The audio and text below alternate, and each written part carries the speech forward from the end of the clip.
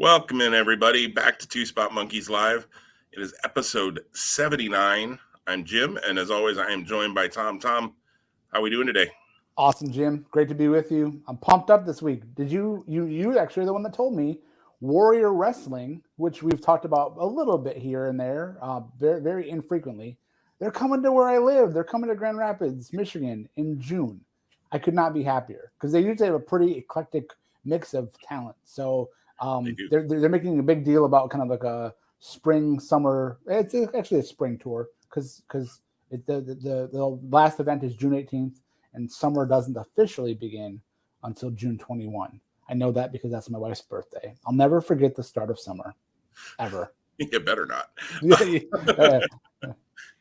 Yeah, no, absolutely. And they usually do, and I mean, depending on what your budget is for the event, they usually do like a VIP ticket that gets you like a front row seat. And then you get like the meet and greet with everybody who's on the show, if that's of interest. And it'd be interesting, if you have any figures of any of those guys. Sometimes they're not guys who necessarily have figures, but they've had some AEW guys. Santana was at the last show. The Briscoes were at the last show, which obviously aren't AEW, but yeah, I'm jealous. And I did reply to their tweet, or reply to either their tweet or yours about the Grand Rapids show, and excuse me, said, hey, next time come to the western part of the Midwest too. I said Omaha, or if they came to Des Moines, which is a 5.5 hour drive for me, I'd probably consider it because I've really liked. I've gotten a couple of their shows on Fight. I've enjoyed them, and just the cards always look like, holy crap, these are matches I didn't know I wanted to see until they announced them, and then I'm like, I really want to see that. Sam Adonis is one of their kind of big stars, which is Corey Graves' brother. He works a lot in Mexico. Yeah, and then their Warrior champion right now is Will Ospreay. So yeah, the potential to see Will Ospreay, and I think he and Cage had a match at one of the more recent events. I think maybe in January. So. They had one in February. I know because the main event was Athena, the former Ember Moon, and Thunder Rosa, and it went. I think it went to a draw or nearly to a draw. I think so. I think it went to a draw. Yeah. I know the Ospreay Cage match drew a lot of rave reviews. So the idea to see potentially Will Ospreay on a non-New Japan, Grand Rapids, Michigan, in Grand Rapids of all places. So. I mean, we're known for a lot. We are Beer City, USA, but it's true. Got a good hot dog spot. I mean, I also live here. I didn't mean to bury the headline. Just kidding. That's true. It is the home of the infamous Tom Boa. The infamous, yes. Well, we got some wrestling stuff to talk about this week. Yes, thanks WWE once again. I guess not thanks WWE, but once again, news breaks on a Thursday when we record on a Friday. Cesaro is gone from WWE. His contract has expired, which also means there's not a no-compete. I have to think some promoters already knew this because I assume Cesaro was reaching out once his contract officially expired, whatever day that was. But there also, I think, have to be promoters from, I would say, Ring of Honor, from GCW, who are jumping over themselves to try and get him booked, especially for the WrestleMania weekend shows, I would think. But I would also think Tony Khan has been in touch with him or will be soon. I would assume Scott D'Amore from Impact is calling. I don't, if he wants to work, I don't think there's going to be hard for him to find work. What do you think, Tom? No, not at all. And selfishly, I would love for him to land in AEW. But again, those waters are infested with all kinds of infested is the wrong term. Populated by all kinds of fish and other creatures of the watery sort. So does a Cesaro, does a Claudio Castagnoli, how much more room is there in AEW? That's the question I'll ask. Well, and the thing is, I expect especially we're kind of running through some time here where some deals are going to start coming up in AEW, and some have been extended. And obviously, we saw Cody, we talked about last week, has left. Jericho had his option picked up, so he's there another couple of years. And strangely, Brian Cage apparently had his option picked up, which is I'm a little baffled because they haven't used him since October. And it seemed like there was a lot of bad feelings, at least on his side, towards AEW. So unless they're going to use him, I don't understand that one. I guess we'll just see how that goes out. But so I think you're going to start seeing some people who just don't have their contracts renewed, which is, hey, that's business, whatever. That's not, they've paid them, they've lived up to their end of the deal of a contract. It's not a release where they go, well, we signed you to a 5-year deal, but now we're giving you a 90-day, cut and you're done. You don't get that 5 years of pay that we promised you. So I'm fine. I mean, it's like any sport. You sign a contract, and at the end of the contract, you either resign or you move on to somewhere else. So I like the way AEW does that. But so you start, but I kind of feel like the people you're gonna see maybe leave are people who it's not like Claudio would be taking their spot on the roster. It's a lot of guys who maybe work a lot of dark elevation. I'll just name names, but the Joey Janela's of the world, the Sunny Kisses, the Wingmen, who I don't even know that they were actually officially signed ever. And I know they're still appearing on some things, or I think you'll see them go to per appearance deals if they were on actual contracts. Yeah, and we'll talk about AEW a little bit more later in the episode. But there's something that's been, I don't know the right word to use to state my feeling on the matter. So, but there's been talents, in my perception, that are being, I'll call it underutilized. That might not be what I mean, but we'll unpack that a little bit more later in this episode, and I'll share some of the guys that I think that I'm surprised about what's happening and where comparatively to where I thought they might be. So, sure. But for Cesaro, I agree. Selfishly, I'd love to see him in AEW, although I'd love to see him really like Cesaro in Bloodsport on WrestleMania weekend, please. Like, and that they have 5 people already signed for that show or announced. I mean, I'm sure they have more signed, but announced for that Bloodsport from GCW. I don't know if you've seen the announcements, but it's Jon Moxley, Minoru Suzuki, Biff Busick, Jonah, holy crap, and Janai Kai, which one of these is not like the other. But maybe she'll be better in the Bloodsport realm, because you and I were not impressed at Terminus. Which, can I just say too, really briefly, squirrel moment here, Terminus 2 was last night, and I feel like there was so much less buzz for Terminus 2 than there was Terminus 1. Like, I really had to look to find results last night. Yeah, it kind of snuck up on you. And I feel bad. On Thursday night's probably a little bit of that. Yeah, it being on a Thursday kind of threw things off. So, yeah, weird. But anyways, Janai Kai not on Terminus 2, but and after showing a Terminus 1, not a shock for you and I, anyways. So I wasn't a big fan. Yeah, like Cesaro on Bloodsport though, or at Spring Break against somebody. I don't know. Like, I think, and like I said, Ring of Honor, again, depending on their budget for Supercard of Honor, I think people have to keep in mind, like, Ring of Honor is restructured the way they're doing things, which also means they have not that they didn't before, but I'm sure they have a budget per show. And, as much as we all want Supercard of Honor to be Supercard of Honor, and there are certainly a bazillion talents out there that they could bring in for that show and have a blowaway great show, they're not going to be able to spend $5 million on this show either. So let's be realistic in who Ring of Honor can sign. Apparently, I did see Tuesday night, Ian Riccaboni is doing another live Q&A and going to reveal some more talent for the show. So I'm curious if it's going to be anybody that makes us go, ooh, or if it's just going to be like, I don't know, Delirious is working Supercard of Honor, or Joe Keys, or, I hope there's at least one name in there that makes you go, wow, cool. All right, that'll be fun. Who are they going to face? I hope. Here's hoping. Cesaro would be a great name to toss out there on Tuesday night, or Claudio. Yeah. I wasn't surprised that Cesaro left. They've never really used him the way they should have. Maybe early on. I mean, he had a good run as the U.S. champ for a while. Which, what does that title mean? But it meant a little bit more back then, I feel like. And he had like a 10+ year career between all of the places he was under the WWE umbrella. And like, when I read that yesterday, I was like, wow. Like, it feels like the last 10 years of just life and the wrestling world, like, are just like it seems longer than 10 years, which, COVID years, insert that joke here. COVID has made life feel, longer. Oh, big time. And in the last 2 years, how many times we say things like last year, and you really mean actually like 2 or 3 years ago, but it was the last time we did that thing. Yeah, we last saw each other in spring of 2016.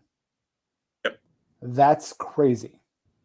Absolutely. That's almost 6 years ago. And I will tell you, there are times that I don't feel like it's been 6 years, and then I go and I contemplate and I go, yeah, actually, I guess it does feel like 6 years. Yeah. It's been far too long, that's for sure. Wish I could come to Grand Rapids in June and go to Warrior Wrestling with you, but that's probably not going to happen. Hitch up the horses on the wagon, Jim. Giddy up. Right. I don't even know what the midpoint for you and I would be. Probably somewhere in western Wisconsin. So that's not a likely wrestling destination. Anyways, Cesaro, like you and I both said, he ain't gonna be out of work long. I'm looking forward to it. I think a fired up, wants to prove something Claudio Castagnoli or whatever he chooses to go by. You got to think he's going to go back to the Claudio name. But then again, Malachi Black didn't go back to Tommy End either. So who knows? Maybe he will come up with a different name.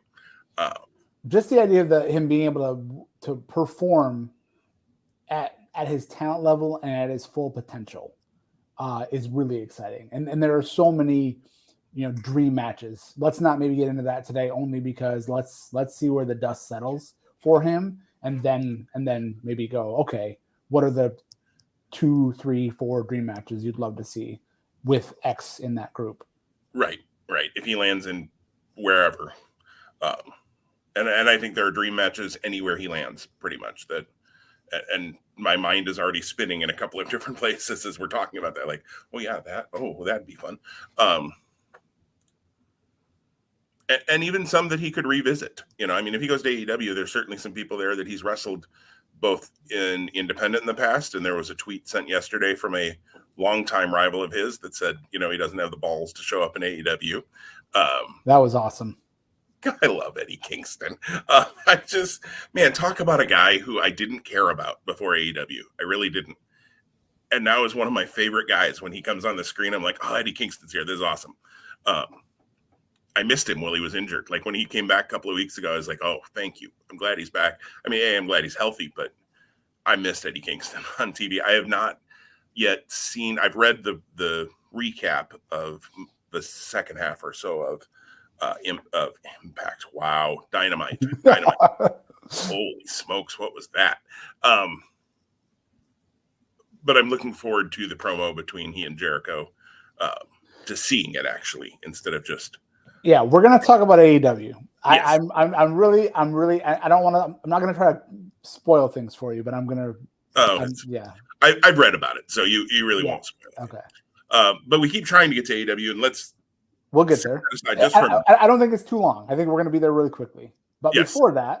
Before that, we do have a head-to-head update. We made our picks. I forgot about this, actually. I sent Tom our list of topics, like, hey, let's talk about this week on the podcast. And he said, head-to-head update and Elimination Chamber thoughts, too. And I was like, oh, yeah, that happened last week. Now, you watched this last Saturday, correct? I did. I watched it live. So that's probably why you, didn't recall, because you watched it on Saturday, and then you had Sunday, and then you started your week. And I don't know for you if it's Sunday or Monday is really the start of your week. It varies for people. It varies sometimes by week, right? So I think by doing that, it just was out of your mind. For me, I watched this show on Monday morning, so it was in kind of my what I consider my week. Sure, that's a good point. And to be blunt, well, let's talk about that in a minute. I have a feeling I know where you're going, but head-to-head, we went 7-0 because WWE decided that the Usos and Viking Raiders needs to be a longer issue, which I'm okay with that, and we can talk about that in a minute here with thoughts. But man, it's a long plane ride to do a 3-minute angle. I hope they were paid the normal Saudi bonuses or whatever for taking the flight over there. So we threw that match out because it didn't happen, but we went 7-0. Everything else we were chalk on. So that keeps me with a 1-match lead, I believe. I don't have my Yep. record open, but I Yeah, see you. 14-4 for Jim and 13-5 for Tom. There we are, and so we'll be making Revolution picks next week. In my head at one point earlier this week, that is I actually right. thought it was. I actually thought it was this week at one point earlier in the week, and then I realized nope, we do have one more week. That so is yeah, that is insane. It's sneaking up on me. Like I shouldn't feel this way, but I feel this way. Like well, I'm sorry. I'm like, wow, it's crazy. And I think it's partially because until this week, like they still needed to flesh out a good portion of that card. Now they're up to 8 matches announced. There still could be another match or two because they seem to settle around 10. I think they're at 9. I think there was one that was kind of announced, but kind of like under the radar announced. But we'll talk about that. Curious. Yeah, we keep trying to get there. Tom, you watched Elimination Chamber on Monday. I watched it live on Saturday. What I was going to say before is I think part of why I forgot about it is it was a largely like it was a fine show. There wasn't anything that really stood out as just terrible other than me shaking my head at the Usos and Viking Raiders thing. Like I actually really thought maybe they were running long on time and they did that to cut it, but I've heard reports since then that nope, that was not the case, and that was the plan all along. And I'm just like, I don't love doing that at premium live events, anyways. But boy, a premium live event all the way in Saudi Arabia seems a long way to go to cut an angle that you could have done on SmackDown. I said Raw earlier when you and I were talking before we recorded because I can never remember who's on what brand, apparently. Jim, I'm so sorry that your birthday is not till December because I'm going to send you a package with rosters: blue for SmackDown, red for Raw. Well, and the worst part is you could send it. It'll take 4 or 5 days to get to me, 5 or 6 days probably with the way the post office works now.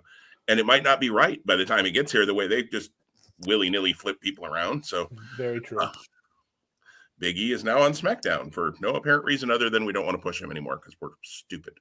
Anyways, that's a different problem for another day. What were your thoughts on Elimination Chamber, Tom? Yeah, so the big things that I walked away from the event with were, and we know now that there's reports about Bobby Lashley being truly injured with a shoulder injury that was likely sustained at Royal Rumble that wasn't well known before last Saturday, and there was an angle done in that match where Rollins powerbombs Austin Theory through the pod, and it takes out Lashley for concussion protocol. So one of my least favorite things in the world happened. A champion lost his title and was not involved in any way in the finish or in being pinned. I do think this sets Bobby Lashley up, and I kind of alluded to it when we talked before. He's going to be a pretty big babyface, or could. I don't want to say he will be. He has the potential. It's in WWE's hands, and that's where it gets a little bit sticky. Outside of that, I thought it was really interesting that the way the match went down the stretch once Lesnar kicked his pod in and got in the match, and that thing wasn't gimmicked, by the way. No, I know. That was not gimmicked. He just it wasn't planned. He just decided I'm going to kick the crap out of this thing. And then the side he exited out of was like there's like a jagged edge. So like the idea that he like hurdled that, stepped over that, whatever, and like didn't like slice his leg, perhaps. I mean, he is a freak. I mean, he is a freak. He is. I didn't like the eliminations in the match. We both felt and we both picked that Brock was going to come out in the end and win.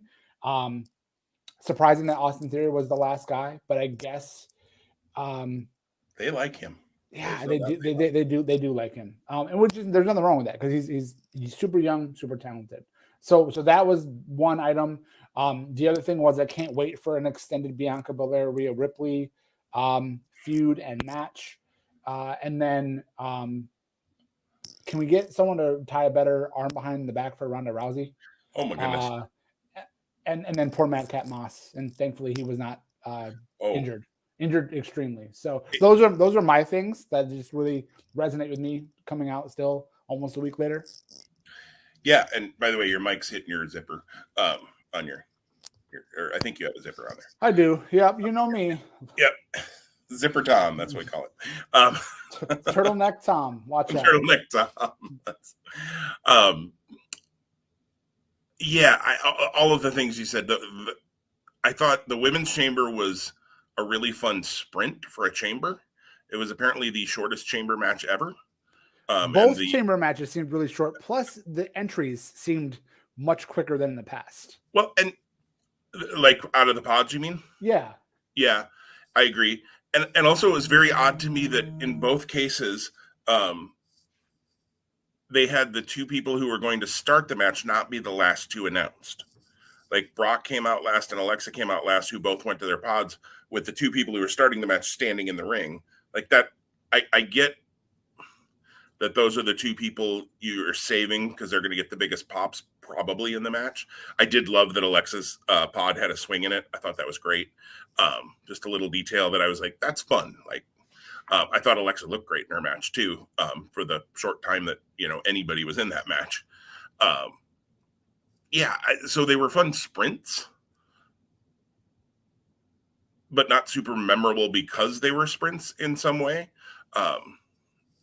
And yeah, the men's one, the only thing that bothered me with it was you just, again, put another mark in the column of Brock Lesnar matters, Roman Reigns matters, and nobody else really matters because he came in and killed three of your guys. Boom, boom, boom. And they hadn't been, they'd be one thing if they were 35 minutes into the match and they were worn down and Brock came in fresh and beat him. No problem. But they were like 10 minutes into the match or 15 minutes into the match or whatever. Like AJ Styles, Seth Rollins, and Riddle shouldn't be totally out of gas at that point, and be able to be just run through like a, locomotive. So that was, I didn't love that part, but I wasn't shocked by it either. It's WWE booking.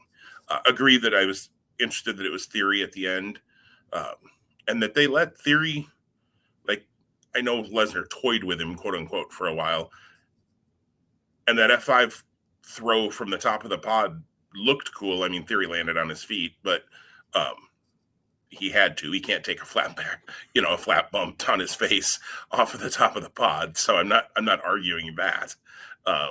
Why he's got to be so soft? Right, right. Hey, belly flop off the. No. But it was fine. It was what I expected. I actually thought. I'm sorry. Concussion protocol. Go ahead. I'm sorry. I was saying concussion protocol was a weird thing for them to call it. If you would have said that his knee, like that because of the way he fell, like it didn't look to me like he hit his head especially hard. And maybe I was a little bit watching that a little bit more because of the Madcap Moss situation earlier in the show, where obviously he tucked his chin when he should have flattened out, and put his head back, and he tucked his chin and, I mean, could have killed himself, frankly, taking that move that way. And I've heard and read the reports that, he knew he screwed up and he apologized, and there was no heat on anybody else, no heat on him either. He made a mistake, and thankfully it didn't cost him his life or his career. The minute, and I love that the report is, everybody in the gorilla position was very concerned about Madcap Moss. And then as soon as they realized he was okay, they called for replays, and made sure to replay that. I'm like, that's such a WWE move. It's such a pro wrestling move. Let's be fair. Most other places would have done the same thing if they knew he was okay. How he's okay, I don't know, because the way he landed, that should have been very, very bad. So I'm glad he's okay. I don't care to see Drew McIntyre and Madcap Moss anymore, but not at the cost of the man being paralyzed. So I'm not a sadist. I thought Becky and Lita were good. They were fine. Again, always hard to totally get into a match when you feel like there's absolutely no chance one of the two is winning the match. But for what they had, I think it was fine. I thought Doudrop looked like a monster in her, short time. I thought she had a good showing. So, yeah, it was all fine, and it was all exactly kind of what we expected. I was a little worried, I will admit. When Roman Reigns and Goldberg started, I was like, uh-oh. My fear is coming true. They're going to do the whole interference thing. Like, this is not good. Goodness, my phone keeps ringing. I'm a popular man this morning. But I was a little worried when they started with Roman and Goldberg. And honestly, Roman and Goldberg was okay. I mean, for what it could have been, for the train wreck it could have been, it was okay. Did this make you more excited or less excited to see anything at WrestleMania, or was this just kind of, yep, chalk? I am excited for WrestleMania. I think the matches that they're building to are intriguing. Ronda, Charlotte, Bianca, Becky, Roman, and Brock, which is really interesting because it's title for title, if I do recall correct. I thought they announced that, which that's unique booking. Like this is the first time this has happened in a number of years. And like the one that of course comes to mind is Warrior Hogan. But those were not two world championships. It was world title and intercontinental title. Right. So on the men's side, I don't think, Jericho. Yeah, it was Jericho. Jericho beat Rock and Austin. Was that Right. 999, 98? 8, 9, somewhere in there, yeah. Yeah. The one comment I was going to make about the men's chamber with Brock coming in last.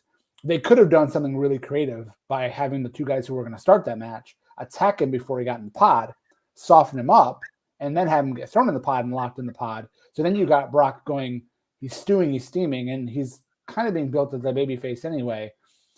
Then when he gets out, that gives a little bit more credence to him murdering people, figuratively, not literally. Look, 5 minutes of thought, and Tom made more sense than Vincent Bruce did. I mean, hey, I'm willing to write for the WWE. Just give me a call. But no, yeah. So I think certain people aren't happy with your schedule right now. Imagine that one. Yeah, right. Yeah. Sorry, I'm in Omaha. Sorry, I'm in Tucson. Sorry, I'm in. Hey, come to Omaha. That's cool. I'll come see you. Yeah, I'll get you backstage. There you go. We can hang out in catering. Yeah, Christmas says it's great. So I am excited for WrestleMania. Again, like we mentioned last week, not going to see it live because I'll be away. Right. Tom's excited for WrestleMania when he sees it in June. Very likely, right? And the thing is, like, I'm grateful that I'll be on vacation like I was a year ago, and I was able to kind of pretty much stay off of social media. The thing is, I'm going to probably want to be aware of what's happening with Ring of Honor and maybe other events. So how do I keep an eye on that, but keep other eyes off of the WWE happenings? Well, I don't know. We'll see. You got a guy who can send you, directed information if you want. That's yeah. I'm glad I got that inside hookup. Did you see that they formally finalized that Charlotte Ronda is the main event for night one? I haven't seen the words main event, but I did see that it was announced for Saturday night, and yeah, it's the main event. Let's be honest. I mean, what else are you going to put there? Yeah, in the main event slot, because you don't have a WWE title match. Both your titles are. I mean, that's going to main event Sunday. We all know that. Yeah. That's the worst kept secret in the world that would main event night too. Your only other option would have been Becky and Belair, and we've talked about that before. That storyline wise, we think that belongs in that main event spot, but it's Ronda Rousey. I get it. I get why they're doing it. I am concerned. Concerned's the wrong word. I am interested to see the crowd reaction to that Charlotte Ronda match. And I think a lot of the work they do between now and WrestleMania will determine a lot about that crowd reaction. Yep, I agree. The story they tell. So, and to go to Ronda for a quick second. Yeah, they tied it behind her back and then it slid to her side. So that didn't work. I did think the judo outfit, though, and that it was the judo outfit she wore when she was in the Olympics, I think they said. I thought that was a very creative and cool way to do a full body gear and have it meaningful.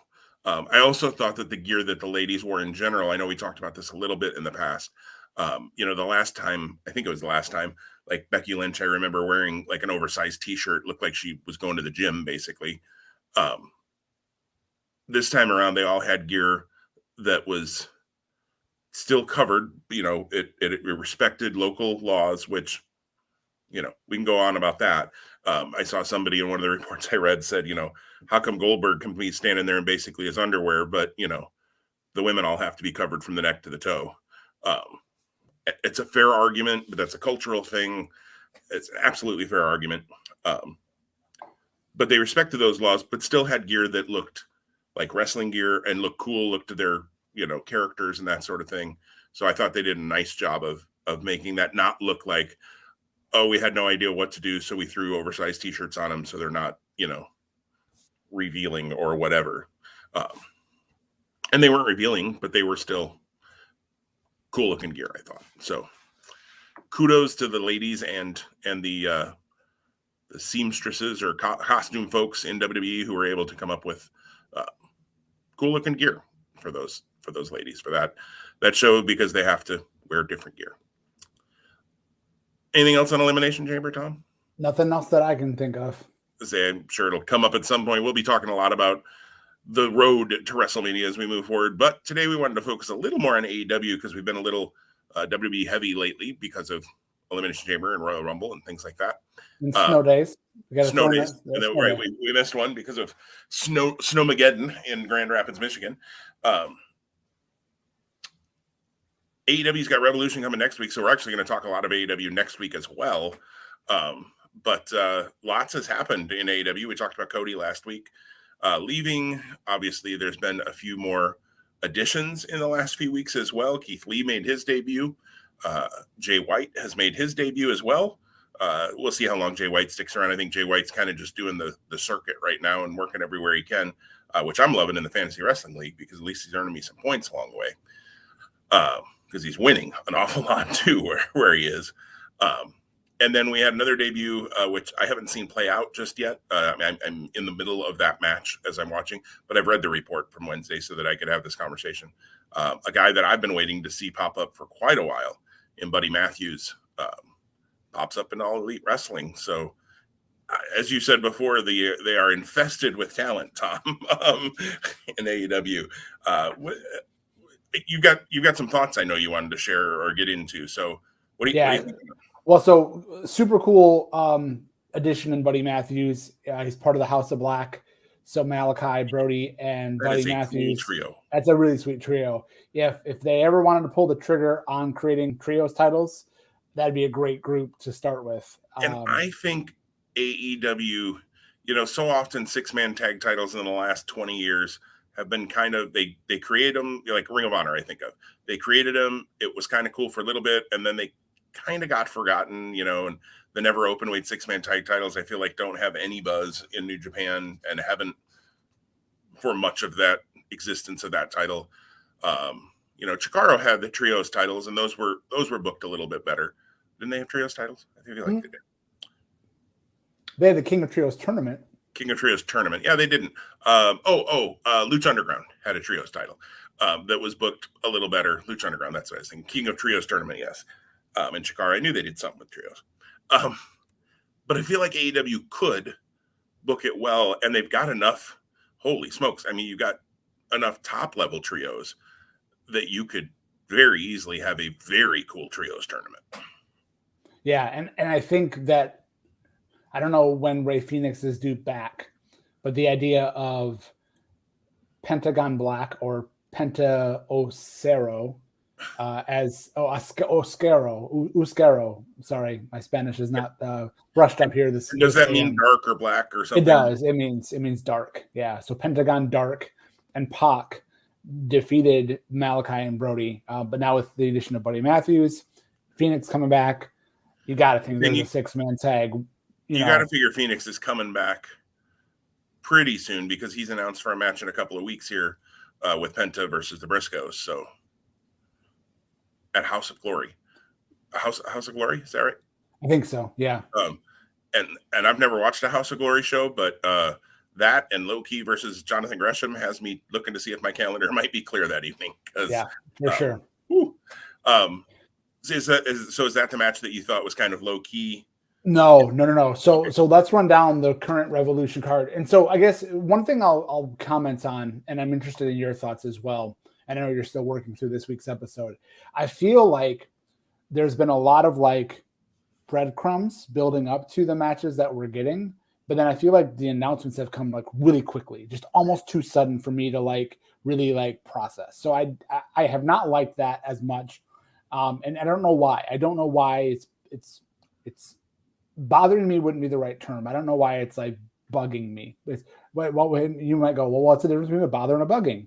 And I'd say, I really don't know, Jim. But that's the world I'm living in, and that's what I'm going to say. So here are the matches that are announced formally, and then there's one. The one I'll close with is the one that you either maybe haven't read about it in the report you saw, or it'll make sense when you see what you see. So world title, Hangman Page, Adam Cole.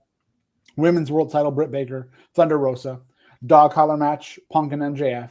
Face the Revolution ladder match for the shot at the TNT title, currently with Keith Lee, Wardlow, Powerhouse Hobbs, the winner of the Ricky Starks 10 match on Wednesday, and then tomorrow or tonight, it is Friday, Anthony Bowens and Orange Cassidy will be the next entrant.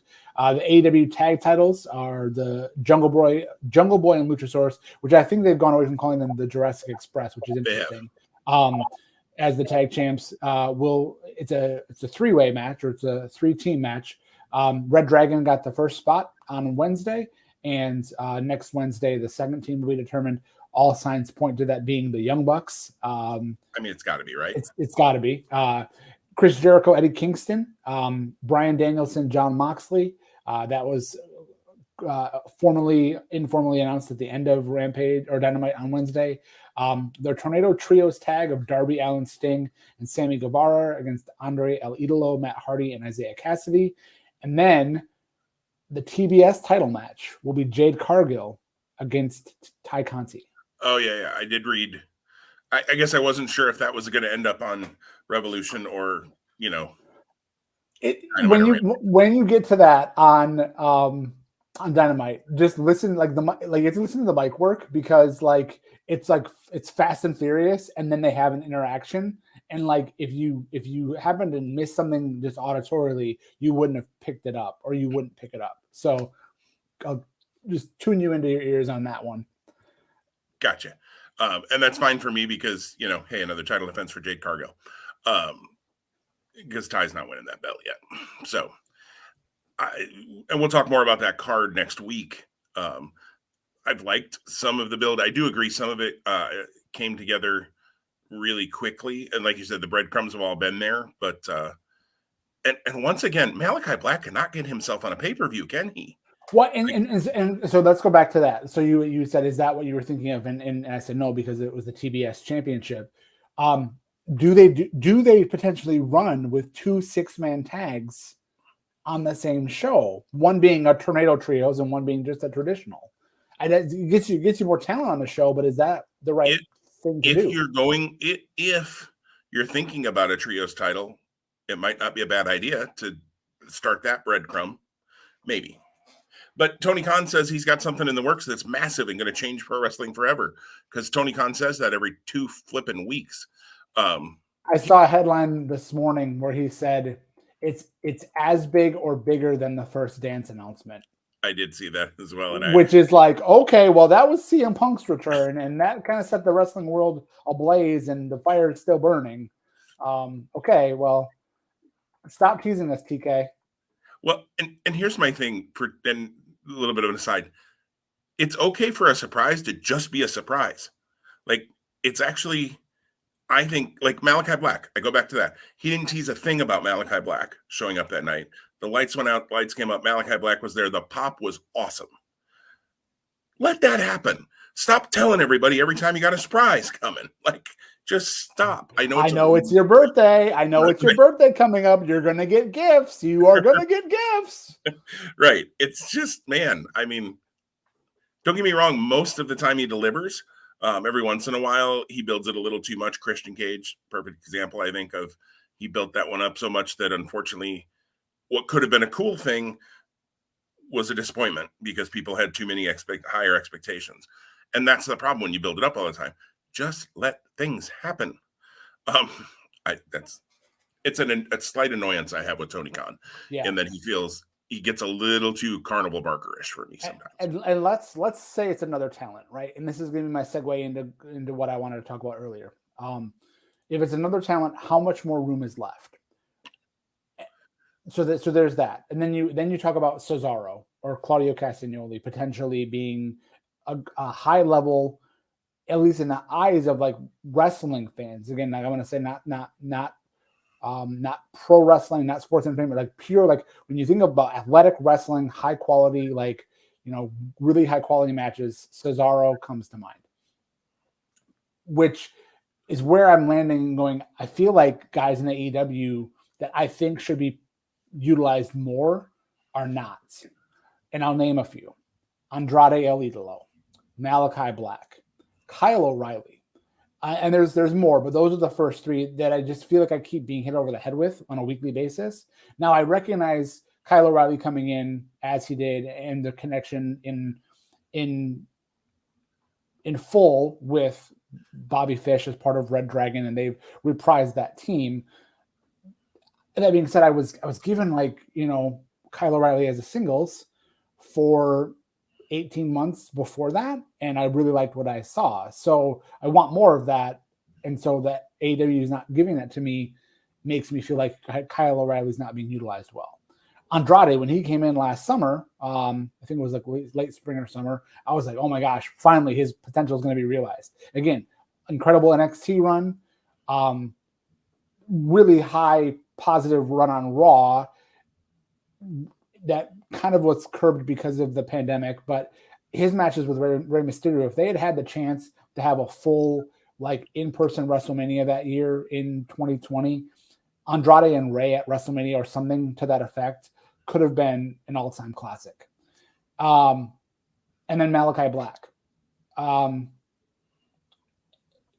Again, it's so character-driven maybe for him, more so than for Andrade and for Kyle, that excuse me, that maybe it's okay that he's kind of like where he's at in that space, that mid to upper card space, and maybe it's a stretch to even say upper card. I don't know, but I feel like these guys should be and can be higher, and maybe because I thought that this coming to this new landscape would give them that opportunity, and it hasn't yet to the expectations that I've had. Yeah, and I think there's other folks you can add to that list, at least at times have been focused on, and then at times have been kind of not. And I think it's maybe strange that they're not on this pay-per-view card potentially at this point. And, you know, Santana and Ortiz are involved in a storyline with their own inner circle brethren right now, and seemed to be getting a push. And now we're in a tag team battle royal, and most likely are going to be in the casino battle royal. Because I'm kind of thinking, like, I feel like it's going to be the 9 teams that didn't make it, and then maybe one. Usually in the casino royale, there's a joker. So I kind of feel like maybe that's, or do you just do 2 teams for each suit? You know, since you have 4 suits, and then the 9th team is the joker, which then you already know all your 9 teams. And I don't know, the joker's always been somebody coming back or a debut or something. Like the Briscoes would be a great joker team here That'd be if awesome. they're ever coming in, but I just don't. Although that would be a great way to do Briscoes come in, cost FTR the chance at winning that. Young Bucks end up winning it. They go on to the tag title match, and now you're off to the races with Briscoes and FTR. FTR, though, another one that I feel like has been very up and down. Like when they came in, they were right on top. They won the belts. And since they've lost the belts, like they've had some features, but then they've also been gone for a while. And I don't know. It's going to be interesting. I'm listening. I'm about 20 minutes into Renee Paquette had Dax Harwood on this week. And it's really an interesting interview with hearing about kind of his own journey and his own personal struggles that he's had. So it's been very interesting listening to that. And she's going to have Cash Wheeler on either next week or in the weeks to come. She mentions at the beginning of the show that she wanted to have them on separately because they each have their own journey and they each have their own story. And she wanted to delve into those separately rather than only get snippets of it because you're interviewing 2 people at the same time, which I thought was a good idea for her. I don't listen to her show every week by any means, but every time I've listened to her interviews, she's really good at what she does. And I really enjoy the way that she dives into also kind of the person rather than just character stuff. She does a really nice job of that. But I'm curious if he talks at all about like their time in AEW and how I feel like it's been a little start-stop with them. Yeah, I'm with you. I think I would have to go back again, Crackpot research team. How many pay-per-view matches has Malachi Black had since he came in? I feel like almost every pay-per-view were like they couldn't find a spot for Malachi Black on the show, yet he's been featured. He's always seemed to have something going on, but I don't feel like he's had very many pay-per-view matches. And he's been in stories that were absolutely worthy of that. I could see them adding that 6-man to this pay-per-view, and that would be a match. It would excite me a heck of a lot more than the 6-man they got on this show right now. But that's probably because I only really care about 2 people maybe in that 6-man match, and that's Sammy and Darby. I want to care about Andrade, but like you said, the booking of him has been so weird that it's hard. As a performer, I care about him because I know how good he is. But as a character, I don't care about him because they booked him so strangely. And it's just a pet peeve of mine when they do this. I've talked about it before. Sammy's the TNT champion. Have a flippin' TNT title match on that pay-per-view and build a story to it. Well, I thought we were going to get Andrade and Sammy at the pay-per-view. Yeah. Makes total sense. Do this stupid 6-man tag match where you don't even have 6 because you're pulling one guy out of a tag team to have Isaiah Cassidy randomly in there. Do that on Rampage and then do Sammy Andrade at the pay-per-view. My assumption is they want Sting on the pay-per-view. Fine. But then come up with something for Darby and Sting to do. Well, or you could do Darby and Sting versus Matt Hardy and Andrade if you want to do Sammy versus somebody else.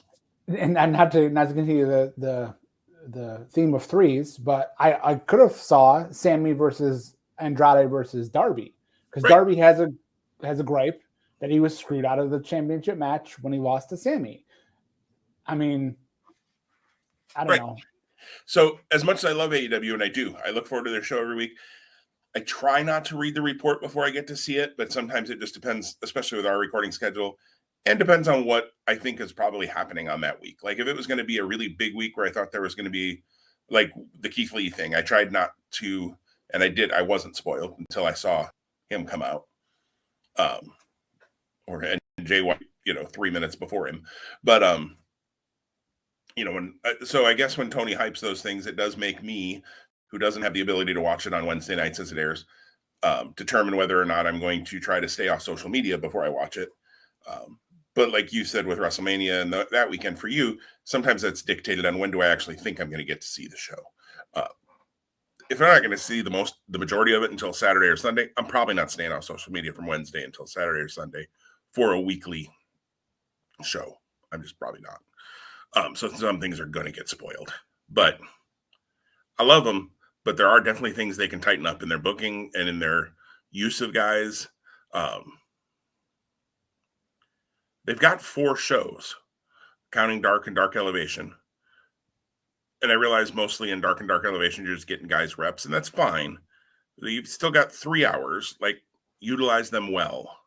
And rotate a little bit. People don't have to be on the show every week, and they do a little bit of that, but I don't know. There's definitely people, and so it does make me worried with people like Cesaro, with people like, if they bring in Athena, if they bring in Nixon Newell, which would be Tegan Knox formerly, if they bring in Tony Storm, like if they bring in these people, do they have time to give to them?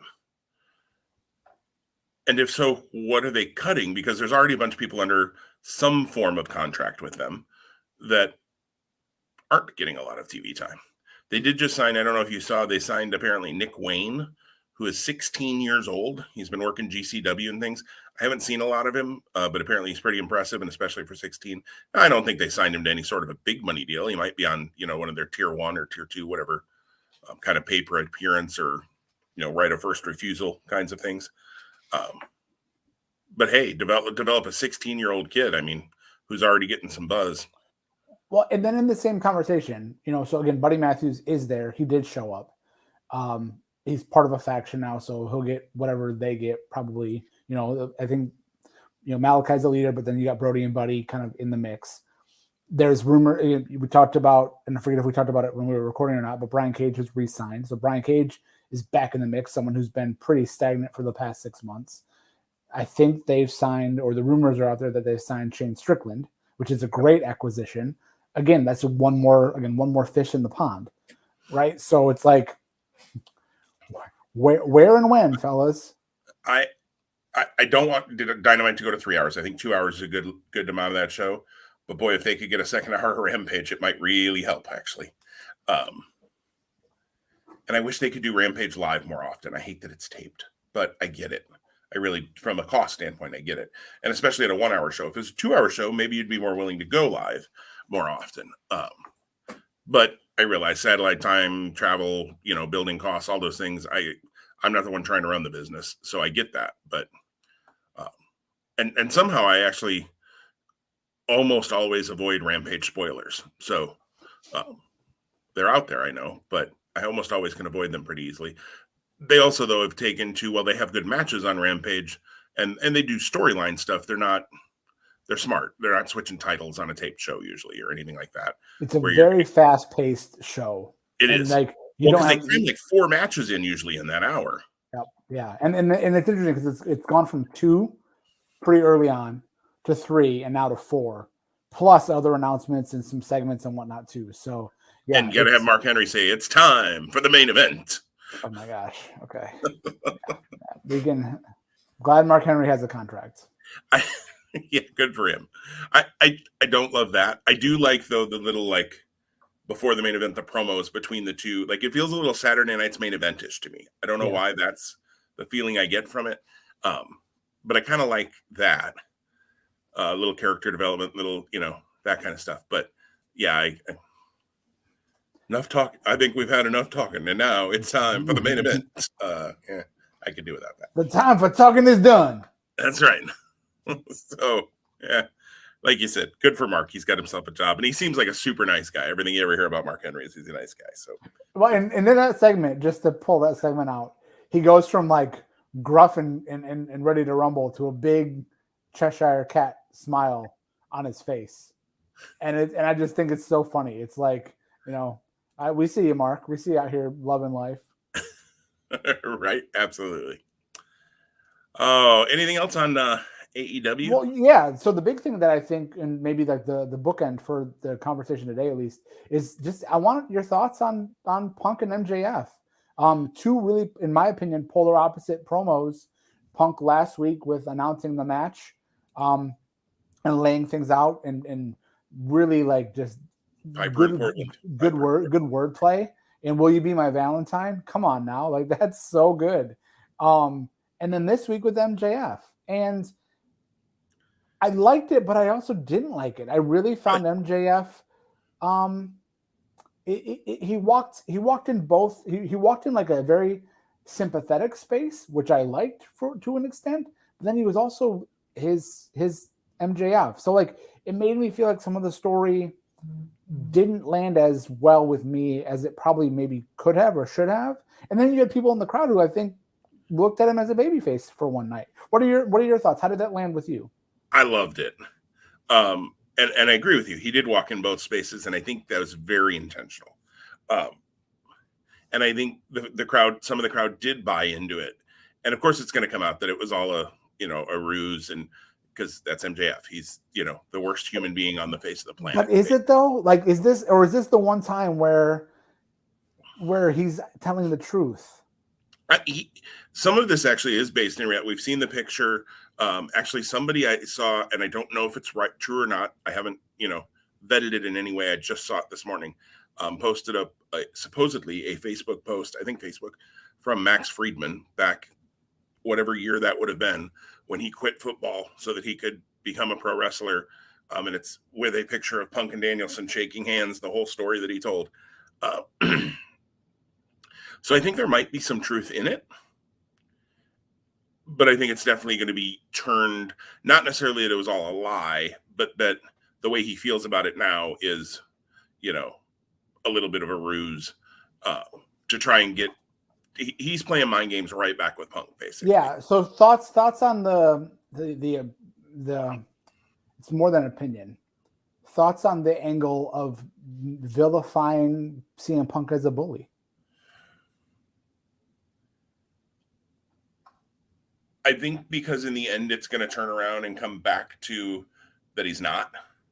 And I think so I'm okay with it because again, it's the mind games. Can MJF turn the crowd? and then have, in the end, it turned out that no, MJF was the sneaky, terrible heel all along.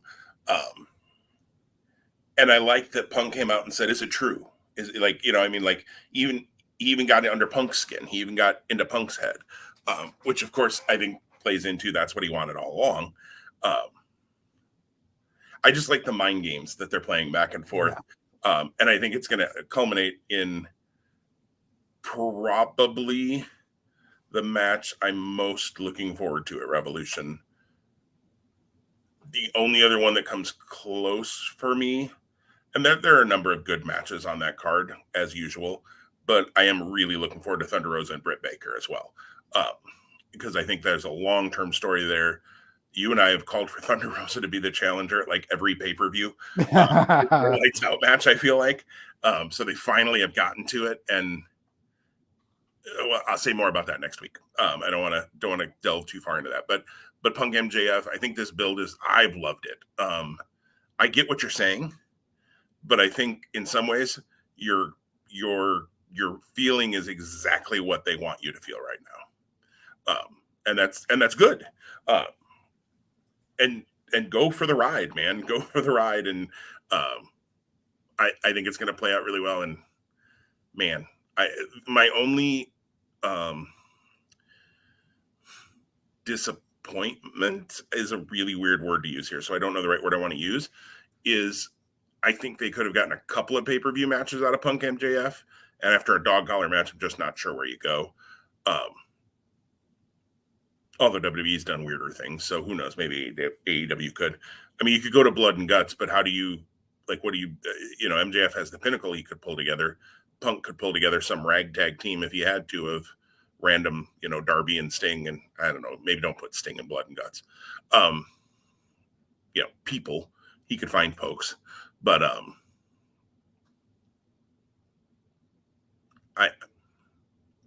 don't know where you go. So my only disappointment is I think next Sunday is probably the end of Punk MJF, at least this round. They can always come back to it down the road. And I think they could have gotten even more out of it if they wanted to, but I've enjoyed this ride so far. I'll be very curious though, if this does end next Sunday, at least for now, what do they each do next? Because what is the next step after a Punk MJF feud? Like for MJF, I would think it would have to be going for the world title.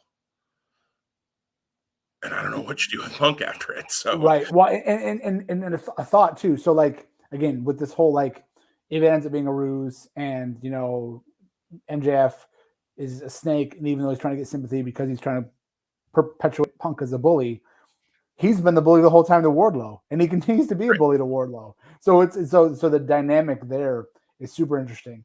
Here's what I'm going to really struggle with. Number one, we're going to be back here in a week, and we're going to preview this, and we're going to make our picks, and that's going to be awesome. I think it's going to be a great conversation.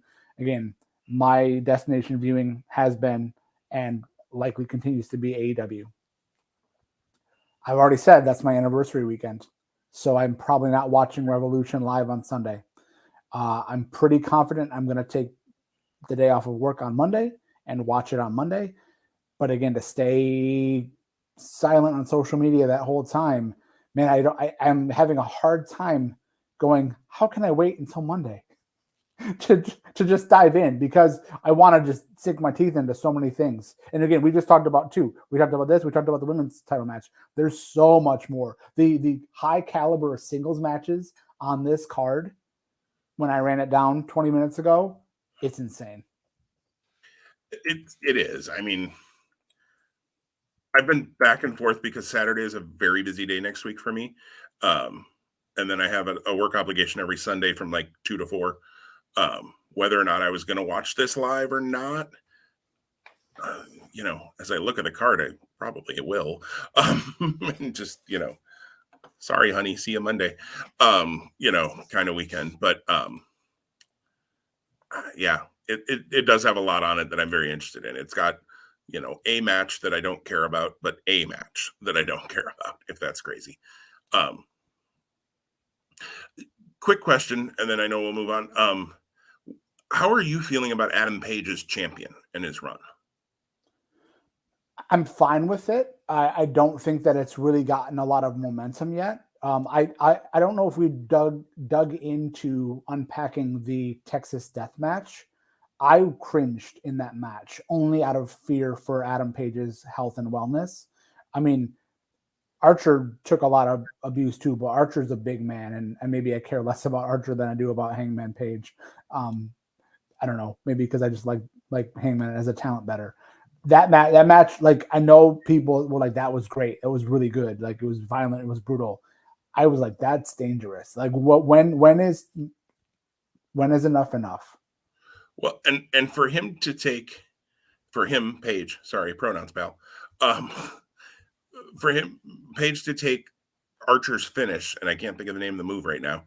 But kind of the flippy razor's edge,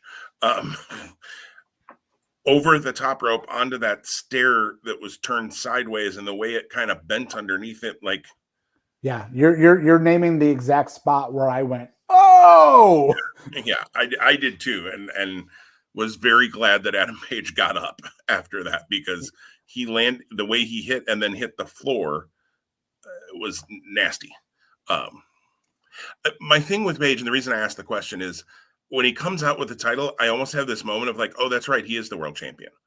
Like, I just don't, like, to me, the world champion should feel like that's the guy, and I don't feel like he's at that spot. And yeah, that's fair. I thought the when he won the title and then the 2.5 month feud with Danielson was great, but then when that didn't result in Danielson unseating him as champion, it made you kind of go, okay, well then what's next? And then we've had the Archer thing, and now we've had the Cole thing, and I think he gets through Cole, which is going to be Cole's first pinfall loss in AEW. But yeah, then is it MJF at Double or Nothing? So yeah, I think it's going to be interesting. Like I said, he just doesn't have quite that feel for me. Blackout, and that just reminded me. I think Blackout. I think that is the name of that move, from Lance Archer. So NXT, Tom, you forgot to record it this week until the second hour, I know. So yes. So that tells us everything we need to know about how you feel about NXT. I thought it was a better show this week, though. Yeah, I mean, the stuff I saw in the second hour, again, it was on the background when I was doing some other tasks. I was fine with it. It still just seems like the island of misfit toys for me, because there's people that I really like when I go there to watch, but then like they interact with people that I'm like, like, you know, this is done. But like, I think of Tony D'Angelo and Pete Dunne. It's like, yay, boo, and I'm Pete Dunne, yay, Tony D'Angelo, boo. And now it appears. Nope, sorry. But happy to clarify that for you though. But now it seems like Pete Dunne's headed towards Carmelo Hayes, which is going to be cool, right? So like, as I think about Stand and Deliver WrestleMania weekend, it looks like it's going to be Braun Breaker versus probably Dolph Ziggler or Ciampa or something, or maybe I don't know, Carmelo Hayes versus Pete Dunne, the finals of the Dusty Classic for the women. The Creed brothers cashing in their Dusty Cup at Imperium, and something else. I don't know. Grayson Waller versus LA Knight, and a winner gets to go to the main roster. I don't know. Or loser gets to go to the main roster. Loser. Yeah. I hope I'm right. I think Stand and Deliver, you do Braun Breaker, Gunther. Okay. Because Gunther wants the belt, and you've got to get there yet. Ziggler's comments on Tuesday, and it was at the beginning of the show, so you didn't see it. He made the comment about Stand and Deliver being, because Braun Breaker announced that Stand and Deliver was going on the road and would be in Dallas on that Saturday. So it's not being done from the Performance Center or the Capitol Wrestling Center.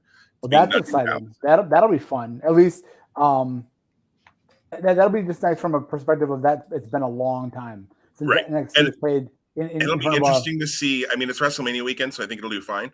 But how do tickets sell for NXT 2.0 on the road? Right. I agree. That's going to be interesting. But it is WrestleMania weekend, and that's going to be a long Saturday, though, because that's 11 o'clock my time, so noon your time on Saturday. And then, WrestleMania probably starts at 5 or 6 my time. that's gonna be a long day of wrestling. That's one of those ones where you're like, yo, let me just DoorDash or Uber Eats or whatever you do, or you make it Friday night and you're like, this is in the crock pot, this is gonna go in the oven. Ready to roll. Ready to roll. And unfortunately, I have a trivia booking on that Saturday at 3. So I could. Can you show up tanked? I'm just kidding. Right. I was going to say, depending on how it all shook out, I could do stand and deliver, go do my trivia, come back to WrestleMania. I also could sleep on the couch. So, those are options as well if I do that. So, but Dolph made the comment. That was where I was. Dolph made the comment that stand and deliver is a long way away. So I think we're going to get Dolph and Braun on an NXT 2.0 before that. Okay. Which would be fine. I mean, they have to give us a reason they have to give me a reason to tune in on Tuesdays and remember to record the stupid show. Right. And I could see like Braun beats Dolph, which obviously Braun's going to beat Dolph, let's be honest. And then Gunther comes out and attacks him or something and sets that up. I don't know. I think that would be a really fun NXT 2.0 match. I also think that if you're going to highlight NXT 2.0 with Stand and Deliver, I don't want Dolph Ziggler in the main event of that because he's not an NXT 2.0 star. So, and that's just maybe me. We'll see. It could be Dolph. I hope it's not. It could be Ciampa, and I wouldn't mind that. I just feel like we've seen that a couple of times now. So give me something new and fresh for your first show out. Did you notice they made Ciampa dye his beard when he came to Raw? Yeah. Yes. Man, I wonder how he feels about that. I love old man Ciampa, but it's all right.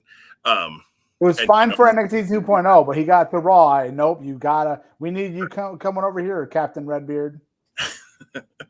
And he's working main event a whole bunch. He's beaten T-Bar about 6 times. So, which Ciampa Dijak should be a match that I would be really excited to see, but not one that's on main event. And they don't give it, much time.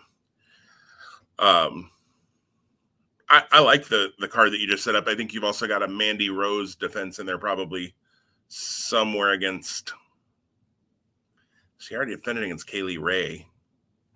I guess you got to let the women's Dusty Cup play out before you can really shake out who that might be, because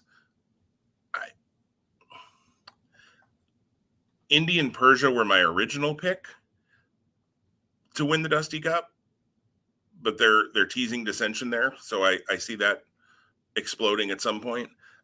I think no, I'm sorry, I almost said that wrong. I think Raquel and Cora have a real shot. Yeah, too. that was going to be my pick. If you would have said, I need you to pin me down today on this, that it's got to be Raquel and Cora. And they've got a kind of a cool. I like the vibe that they've been developing there. The team chemistry and just the character development they've done with each of them, I think has been fun. So Dakota Kai and Wendy Chu, I mean, that's going to be fun. It's not going to be, they're not going to win the tag titles or anything crazy, I don't think. But I don't know. It's such an oddball pairing that I'm like, oh, that'll be entertaining at least to watch. I don't know why Dakota Kai has gone crazy and is talking to people who aren't there. I don't think they've ever fleshed that out totally. But if you're going to be crazy and talk to people who aren't there, you might as well team up with the girl who falls asleep at the drop of a hat. So, yep. And both are super talented in the ring. So if they let them go a little bit while they're in there, that could be a really fun team, actually. Characters notwithstanding, they're both very, very talented women in the ring. I also think Dakota Kai might be moving up to the main roster before too long. I feel like she's done everything she can in NXT. Might be good. I kind of hope they drop the talking to imaginary people thing, though, when she moves up. Let her just be rear end kicking Dakota Kai. Excuse me, Tom, the last thing on our list today, unless we squirrel in anything else, is we talked a little bit offline last week about figures. There was new figures revealed from WWE. Also, I don't know if you've seen these Relativity Worldwide, which I fully agree with my friends over at the Fully Posable podcast, Jeff and Scott, that every time I hear that, I think Prestige Worldwide from Step Brothers. But Relativity Worldwide is Greg Gagne's new, along with somebody from the Remco line, they've got some kind of legend figures that they've just revealed the look of. They're renderings. They're not prototypes yet. I don't know if you've seen those. I have not. No. So the first series is, and I know the Rougeaus have signed. The whole Rougeau family has signed on with this company as well, but they're not in Series 1. Although the Rougeau brothers would be really fun. I don't think Rougeau brothers have ever had figures. And that's like a nostalgia kick for me. But Series 1 for them, they're definitely going legends and older legends.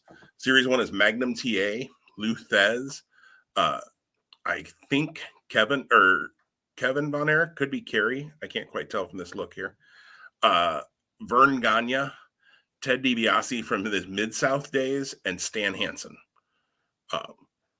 I think they're Remco style. I was going to shoot you the link here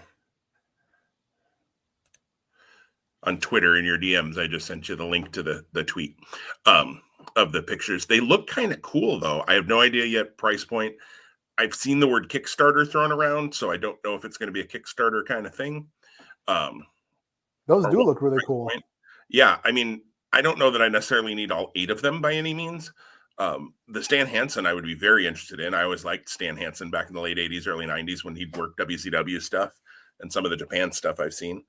The question for me right off the bat, who are they appealing to with the Lou Thez and Vern Gagne figures? People older than you and I even. I mean, like, and that's as it is Kerry Von Erich. I never was like, I love the Magnum TA like story, and I love like what he could have been, had injuries not been what they were. But I wasn't in that moment when he was at the peak of popularity. Right. But that figure looks cool. The DiBiase looks cool. The Stan Hansen looks cool. Again, like how much shelf space, like, I don't know.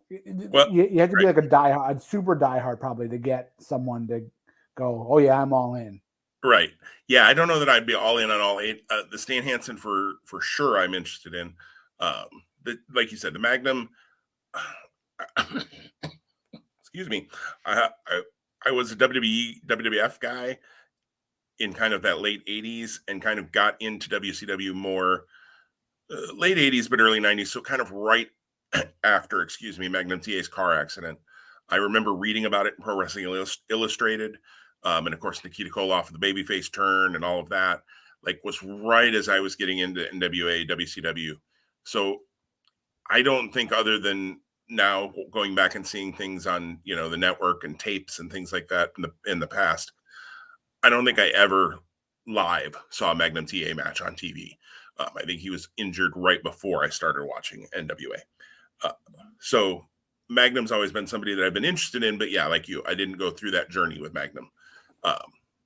Lou Thez would be interesting to me only because I'm like, I don't know, it's Lou Thez. Like, maybe having a Lou Thez figure would be kind of cool. I think Jax did one back in the Classic Superstars line, because Jax did darn near everybody in the Classic Superstars line. They had a great roster. So he'd be interesting, but I don't know. Those look interesting, but I'm very curious on price point. Cella, I don't know if you've seen, has signed the Road Warriors. I think it's Cella. Might be Zombie. I get those two mixed up. I think it was Zombie. I think it was Zombie. Yeah. See, and Cellas are cheaper, so I like Cellas a little better. Zombies are $40. But yeah, I'm probably going to have to buy them even if they're $40 because it's the Road Warriors. I think it is Zombie Sailor now that you say that. Oh yes, it was, because Cella signed the Powers of Pain, Warlord and Barbarian. They're doing those two, so that would just be fun.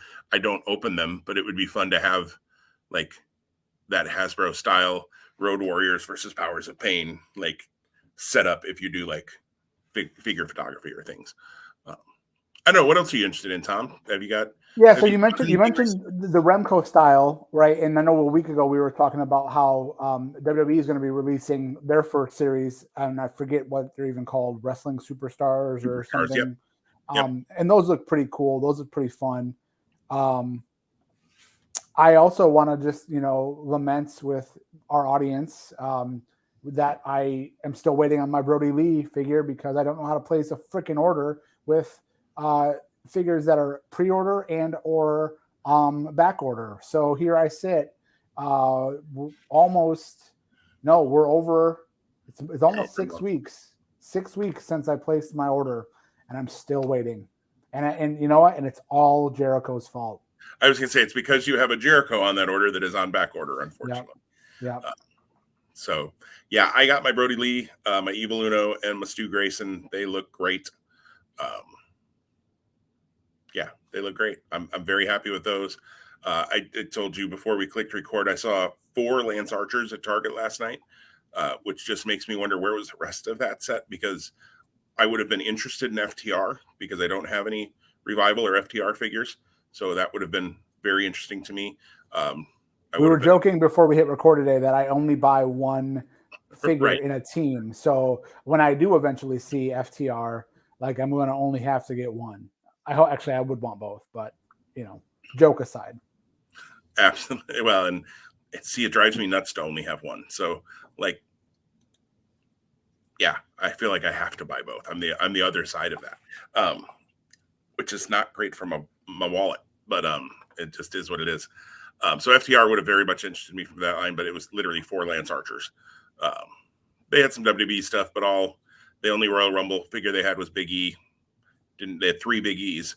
They did have a Yokozuna a few weeks ago when I was there, but the box was just torn to crap. So I could have bought it and tried to sell it to somebody who wanted it for loose, but I didn't feel like being that nice.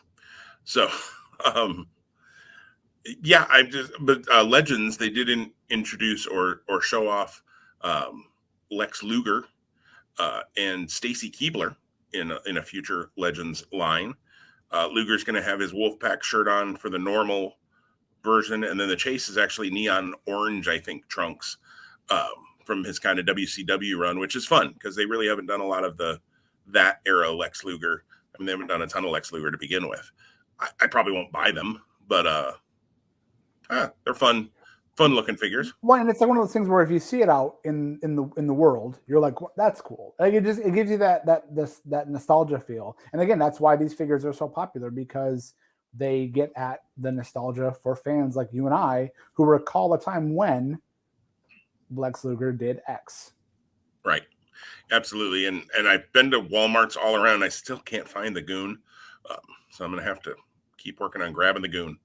But I'm excited for WrestleMania weekend too, because that's usually that and San Diego Comic-Con are kind of their big release or big reveal weekends. So I'm excited to see what they reveal.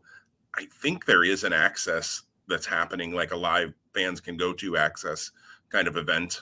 They have to. They did it when we were in Dallas 6 years ago, and it was great. Like that convention hall. Well, and the only reason they hadn't been doing them was, COVID.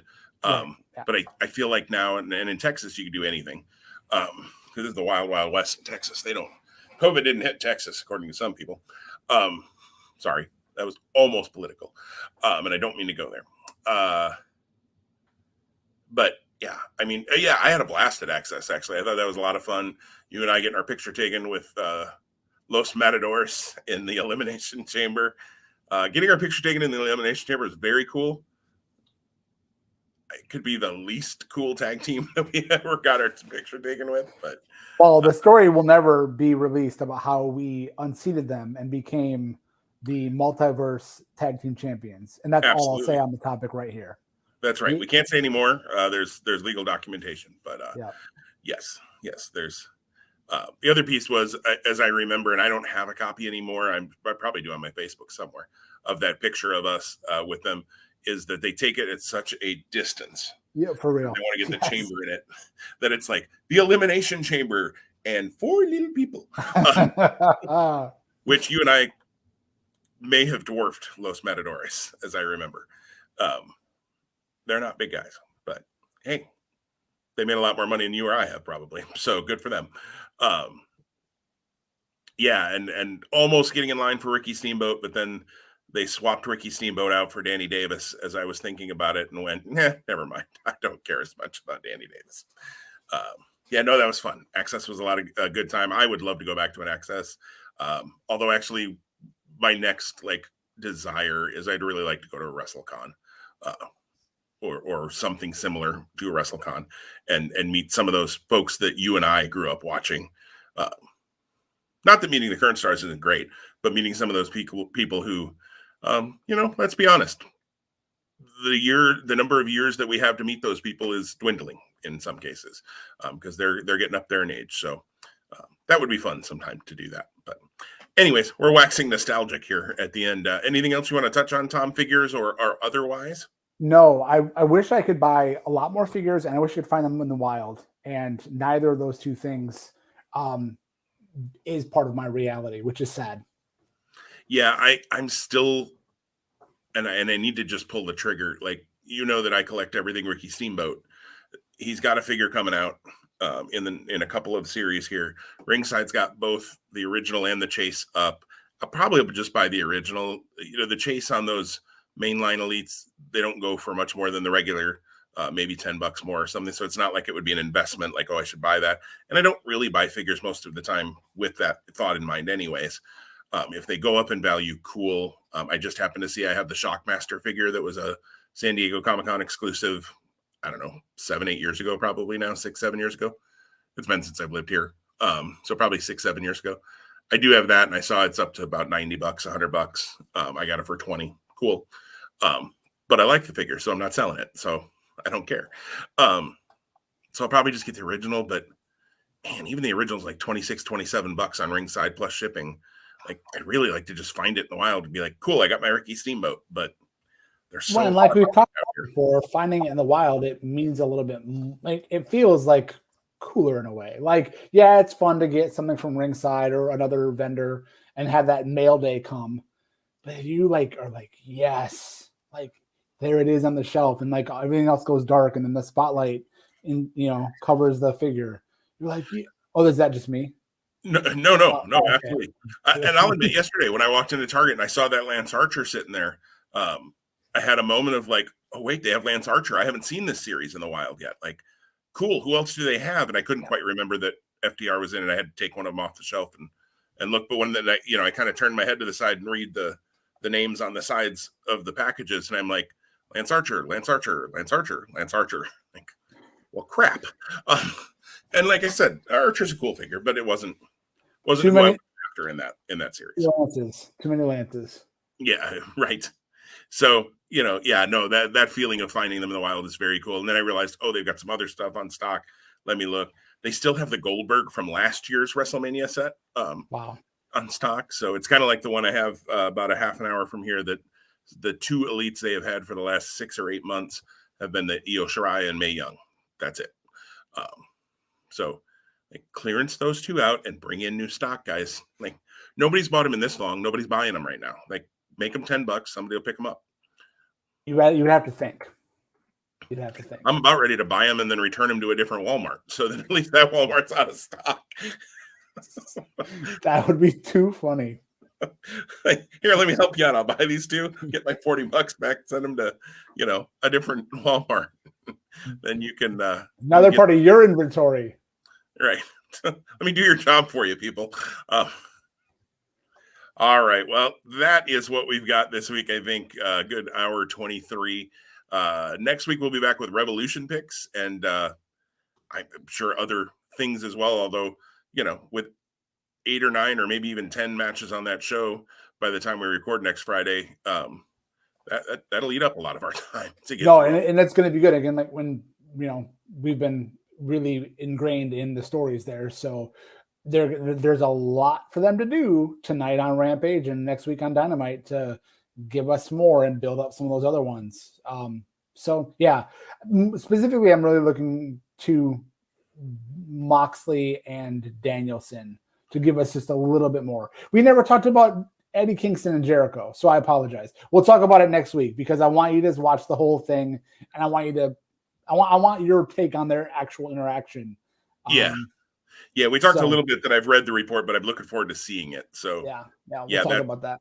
That's definitely a piece I'm looking forward to as I finally get to that this weekend. So, Revolution picks, and we have set a date for when we'll record our WrestleMania 8-hour Broadway show to get through Stand and Deliver and 2 nights of WrestleMania. So look for that at the end of March as well. But until then, everybody stay safe, stay warm if it's cold where you are. It's been bitter cold here the last few days, but we're going to warm up the next couple of days, which is nice.